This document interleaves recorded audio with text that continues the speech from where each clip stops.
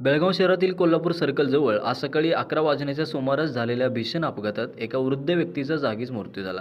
रस्ता ओलांडत असताना बिम्सच्या दिशेने भरधाव वेगाने येणाऱ्या वाहनाने त्या वृद्धास चिरडले. धडकेचा जोर इतका प्रचंड होता की त्यांनी घटनास्थळीच प्राण सोडले.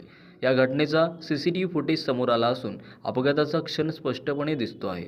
घटनेची माहिती मिळताच उत्तर वाहतूक पोलिसांनी तात्काळ घटनास्थळी धाव घेतली आणि वाहन चालकाला ताब्यात घेतले. मृतदेहाला शवविच्छेदनासाठी जिल्हा रुग्णालयात पाठवण्यात आले असून या प्रकरणी गुन्हा दाखल करण्यात आला आहे. पोलिसांकडून पुढील तपास सुरू आहे. या अपघातानंतर कोल्हापूर सर्कल परिसरातील वाहतूक व्यवस्थेतील त्रुटी पुन्हा उघडकीस आल्या आहेत. स्थानिक नागरिकांच्या म्हणण्यानुसार येथे सिग्नल वारंवार बिघडलेले असतात किंवा अचानक बंद पडतात. त्यामुळे वाहन चालक सिग्नलची वाट न पाहता बेदरकारपणे पुढे जातात आणि त्यामुळे अपघातांची शक्यता वाढते. नागरिकांच्या तक्रारीनुसार या सर्कलसाठी स्वतंत्र वाहतूक पोलीस नियुक्त असले तरी ते कर्तव्याकडे दुर्लक्ष करून मोबाईलवर वेळ घालवत असल्याचे किंवा सावलीत बसलेले दिसतात. परिणामी वाहतुकीचा ताण वाढून अपघातांना आमंत्रण मिळते. गेल्या 6 महिन्यापासून चालू असलेल्या रस्त्याच्या खोदकामामुळे वाहतुकीत गोंधळ निर्माण झाला आहे.